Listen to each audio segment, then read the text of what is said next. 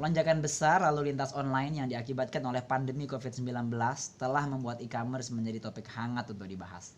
Pembatasan sosial membuat jumlah transaksi online meningkat signifikan dan membuka peluang bagi UMKM untuk berekspansi ke pasar digital. Meski demikian, tingkat adopsi teknologi digital khususnya e-commerce oleh UMKM masih sangat kecil. Data menunjukkan 4,8 juta saja dari 65,5 UMKM di Indonesia yang go digital. Ini menurut data Kementerian Koperasi dan UMKM tahun 2022.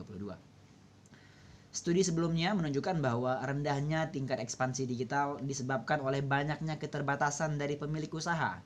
Dalam hal ini adalah pemilik UMKM.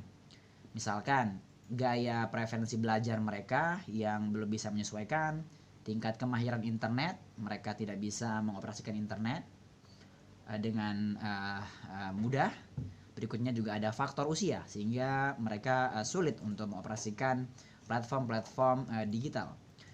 Ada juga alasan mereka tidak mengadopsi platform digital karena kesulitan berbahasa Inggris.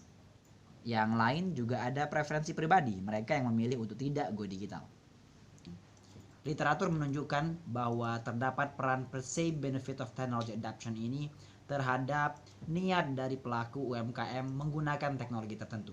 Sebagai contoh, misalkan penelitian dari Salo 2013 mengidentifikasi bahwa perceived benefit of technology adoption ini berpengaruh signifikan terhadap niat untuk mengadopsi sistem e-commerce.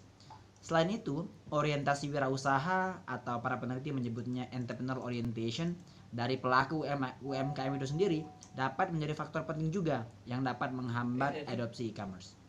Penelitian ini bertujuan untuk melakukan analisis empiris yang lebih mendalam tentang bagaimana sih perkembangan teknologi dapat mempengaruhi orientasi wirausaha dari pelaku UMKM atau kita menyebutnya entrepreneurial orientation tadi.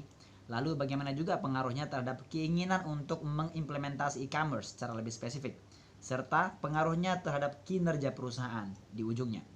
Selain itu, penelitian ini juga bertujuan nanti untuk menguji pengaruh persepsi manfaat teknologi itu sendiri dan persepsi tentang kemudahan menggunakan teknologi tersebut terhadap manfaat yang akan didapatkan dari adopsi teknologi tersebut.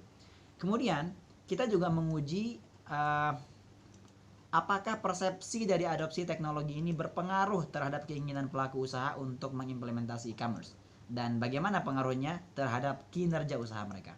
Apa hasilnya? Kami menggunakan metode kuantitatif dengan pendekatan survei. Populasi pada penelitian ini adalah pemilik bisnis, direktur atau manajer dari UMKM yang telah memiliki pengetahuan tentang praktik e-commerce di Indonesia. Responden dipilih dengan teknik convenience sampling. Kemudian kuesioner online disiapkan dan disebarkan ke target populasi. Sebanyak 400 responden mengisi kuesioner ini. Data terkumpul kemudian dianalisis dengan metode Partial Least Square Based Structural Equation Modeling atau PLS-SEM. Teman-teman, hasil analisis menemukan bahwa 4 dari 6 hipotesis kami diterima, sedangkan 2 lainnya ditolak. Apa itu? Ternyata, technological change berpengaruh positif terhadap entrepreneurial orientation.